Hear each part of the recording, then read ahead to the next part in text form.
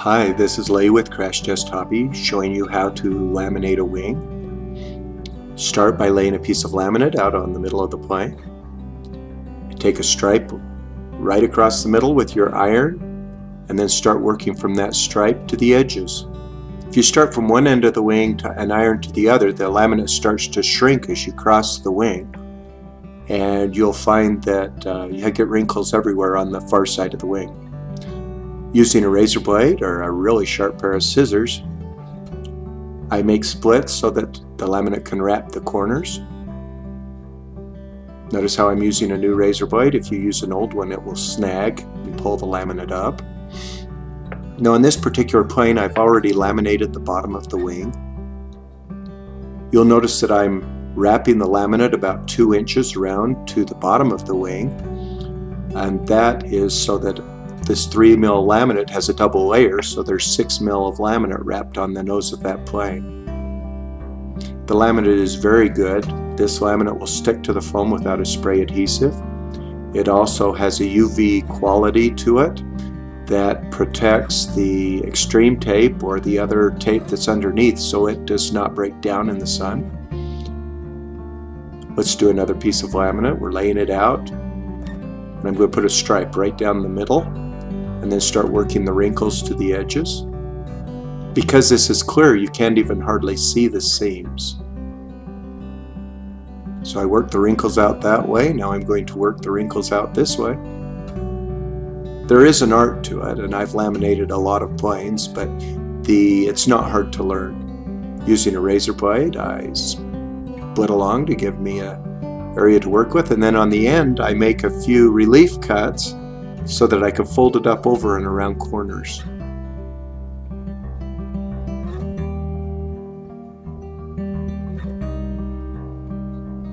Now just turning the plane as I need to and pulling, stretching the laminate out.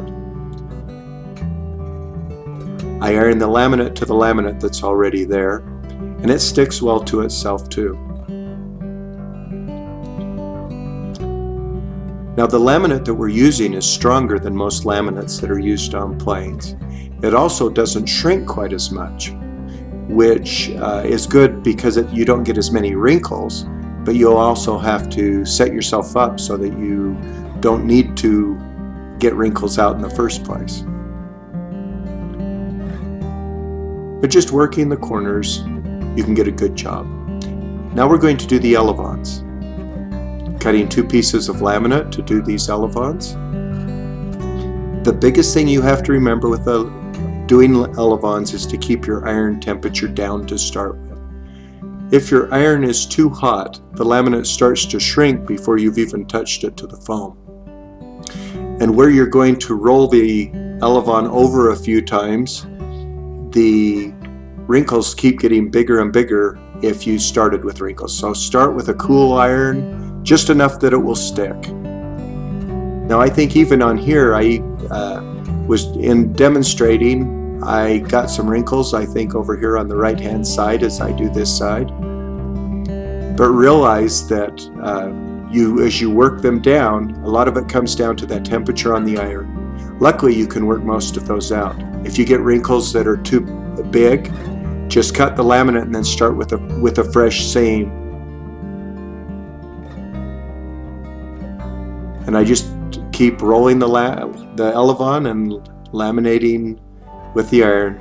Now I use the board to also be a reference that I can tell if the elevon is straight. And you can see that wrinkle I was talking about a little bit over on that right side, but I should be able to get that out as I turn the iron temperature up a bit and work on it just a little. If you're working on it and the elevon itself starts to feel hot, slow down and let it work cool, because your laminate will stick before you want it to. Now putting the multiple layers of laminate on the elevon will make it as strong as if it was wood, plus it's not brittle like wood is. And I prefer this to wood elevons.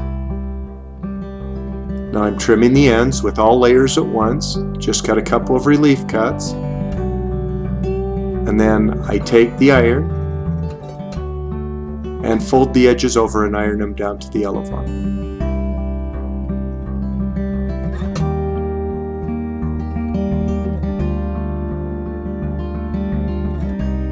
So I iron one side down and the other side up, and once you get the hang of it, it's pretty easy to do. At this point, if you wanted to heat up your iron and get a few extra wrinkles out, or even if you have to straighten it a little bit, you can take the elevon and twist it and iron it, and the laminate will shrink sometimes for minor corrections. We're now making the hinges for the elevons. I'm going to make the hinges out of 1-inch wide tape, and since I have 2-inch tape, I've got to cut it down to get the 1-inch wide to work with. So I'm just marking it here. The extreme tape is amazing tape. It's capable of 150 pounds per inch, I think, of fibers.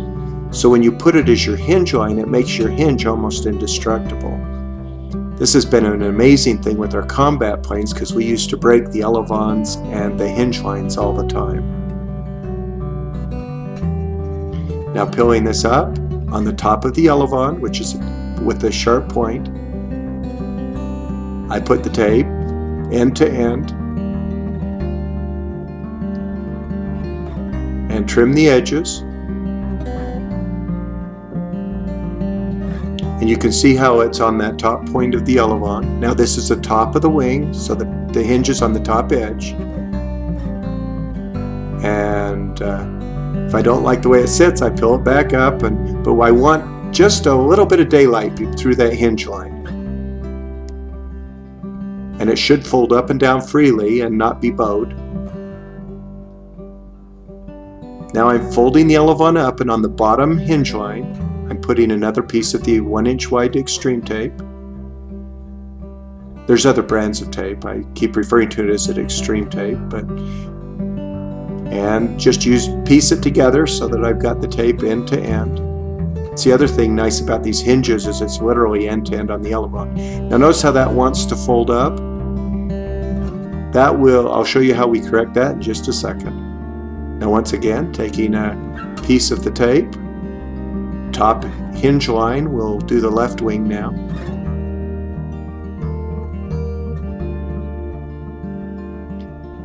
Trim the tape and press her into place. Folding it up, I now put tape along the bottom edge. I don't want to overlap the tape too much on this hinge line because it fills up the gap underneath the hinge and it might interfere with hinge function, but what I did works just fine. Now what we're going to do is take and cut some 2-inch wide laminate. You've got a 1-inch wide piece of extreme tape holding the hinge together. Now we're putting a 2-inch wide piece of laminate over the top so that the tape is totally covered. I cut about 8 pieces for this, as I recall. Starting on the bottom, I just put it down the middle, iron it down, and then iron the edges down.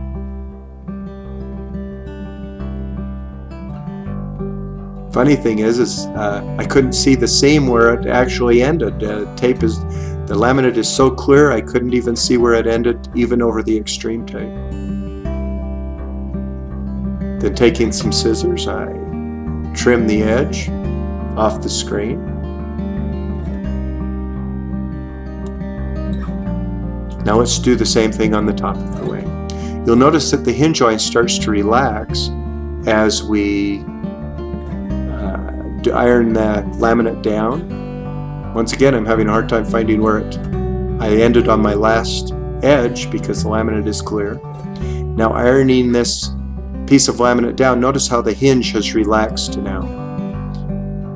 Now just folding it over, I iron it to relax the hinge even more, and it lays flat and I've got full motion. Now let's do the same thing on the other side. Starting on the bottom, I center the laminate pieces. Iron them into place and wrap around the edges.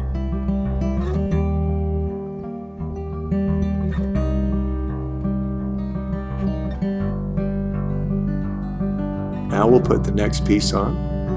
If you get air bubbles in between laminate layers, just take a pin and poke them and iron over the top and the air will come out.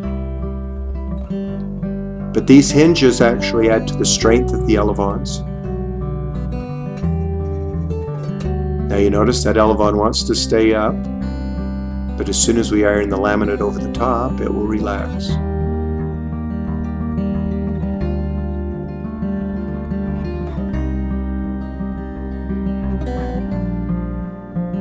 And then after that's ironed down, and we trim both of the edges here so that they're not binding up, I fold it down and iron this hinge line, and it totally relaxes the hinge line so that you have one of the toughest hinges that I have ever seen. Now, colored packing tape is light and an easy way to make the plane easy to see. The packing tape is inexpensive, doesn't add a lot of weight, and if you put LEDs lights under it, especially white ones, whatever color the tape is the color that the light will be that you'll see from the plane.